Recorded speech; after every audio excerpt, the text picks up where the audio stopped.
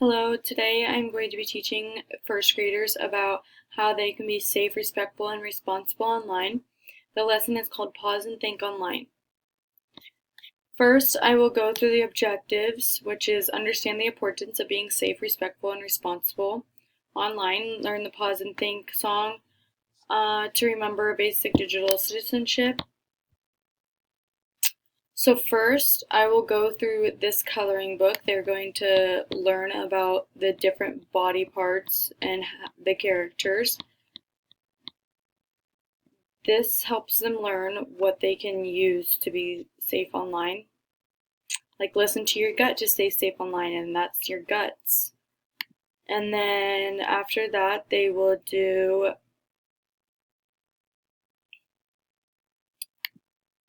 Then we'll go through slide number 3 and we will talk about how we can be safe online using a computer, phone, or tablet to visit a website or app.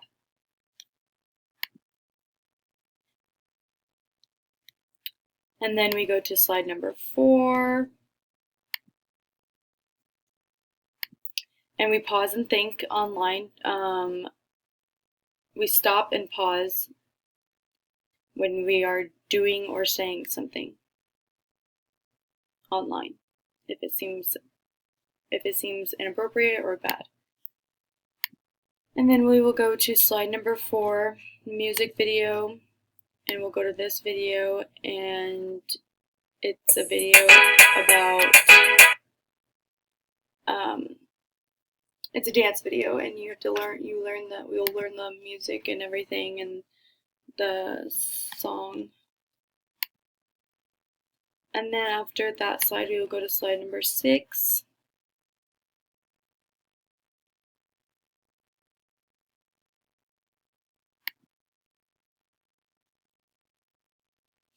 And that brings us to reviewing about what to do when you're online with your arms, with your gut, with your feet.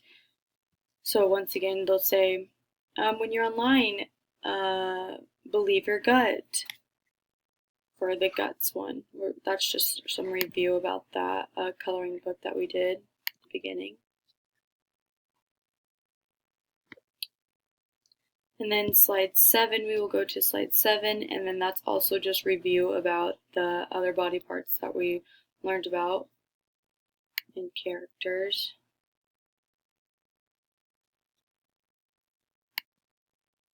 Then we'll go to slide 8.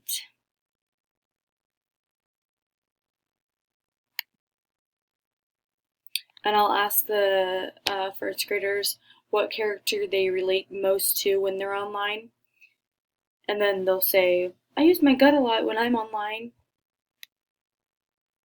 Or something like that. They'll say whatever they feel that they relate to it the most. And then we will go to slide 9. And then I'll ask them if they believe everything that they see on the internet.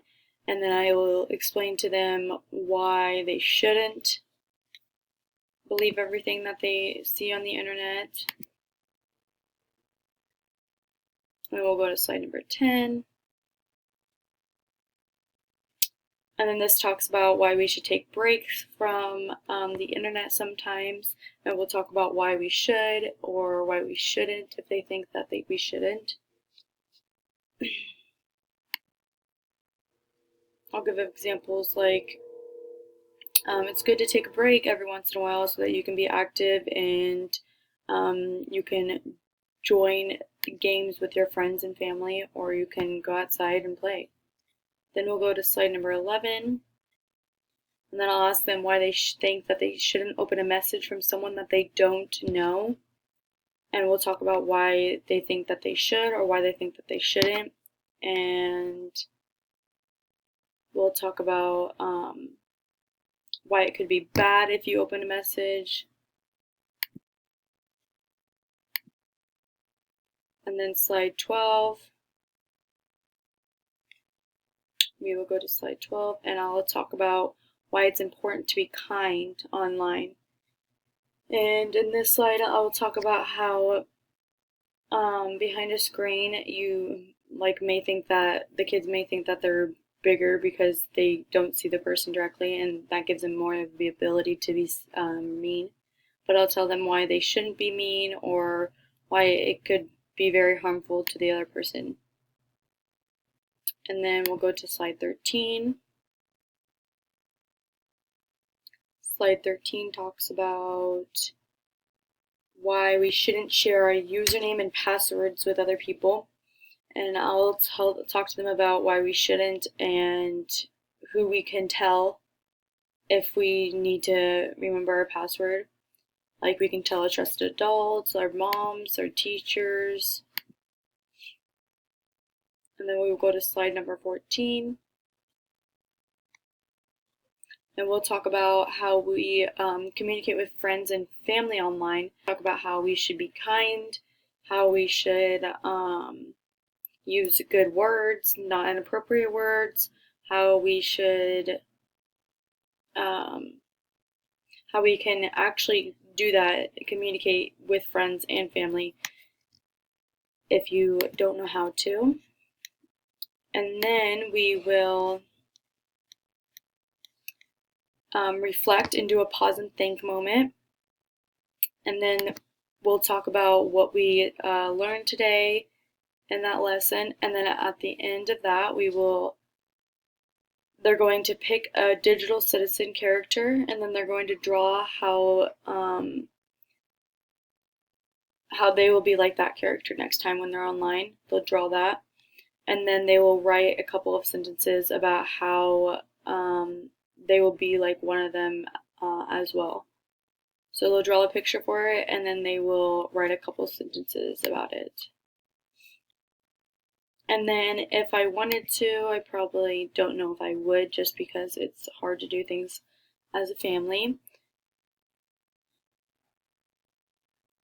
I would send home a family activity, and this is just a thing that you can do at home with the child to learn this, to learn more about it. My computer is loading.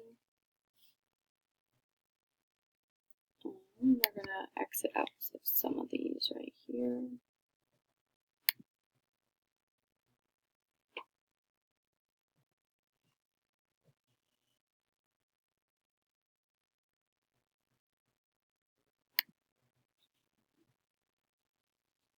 Sorry, my computer is loading.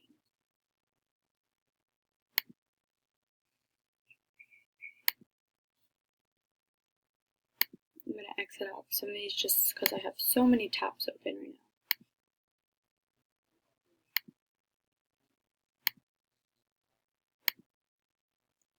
now. And then the best ISTE standards that I chose that relate to this were 1.1 Empower Learner, students leverage technology to take an active role, achieving and demonstrating competency in their learning goals, informed by learning sciences.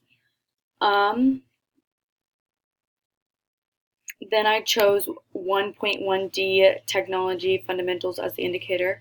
Students understand fundamental concepts of how technology works, and they demonstrate the ability to choose and use current technologies effectively. And they adapt thoughtfully exploring emerging technologies. And then the next one I chose was 1.2 Digital Citizen, and I chose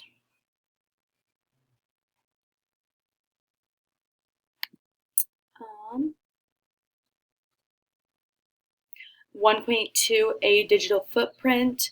Students manage their digital identity and understand the lasting impact of their online behaviors on themselves and others, and make safe, legal, and ethical decisions in the digital world.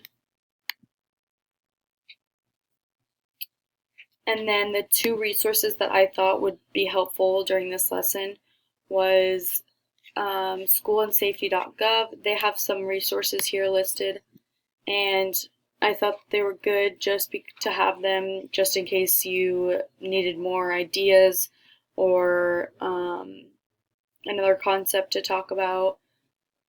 I think that it's important to use these because if something goes wrong with this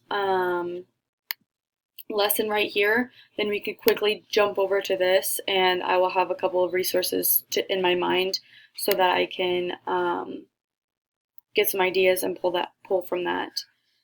And then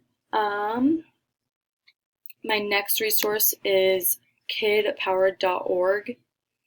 They have different categories here, and the category that I would probably use is online safety, but they have a whole bunch of other categories that I thought were helpful. They have all of these different ideas to pull from, and I feel that this resource is important because it has workshops, books, and then videos as well, just in case I needed those or if I could pull it off of that. And that is everything. Also, I thought these were really good. They give you some additional resources in the Common Sense lesson. I thought that was important just so we could have a different variety of things to learn from as well. So thank you.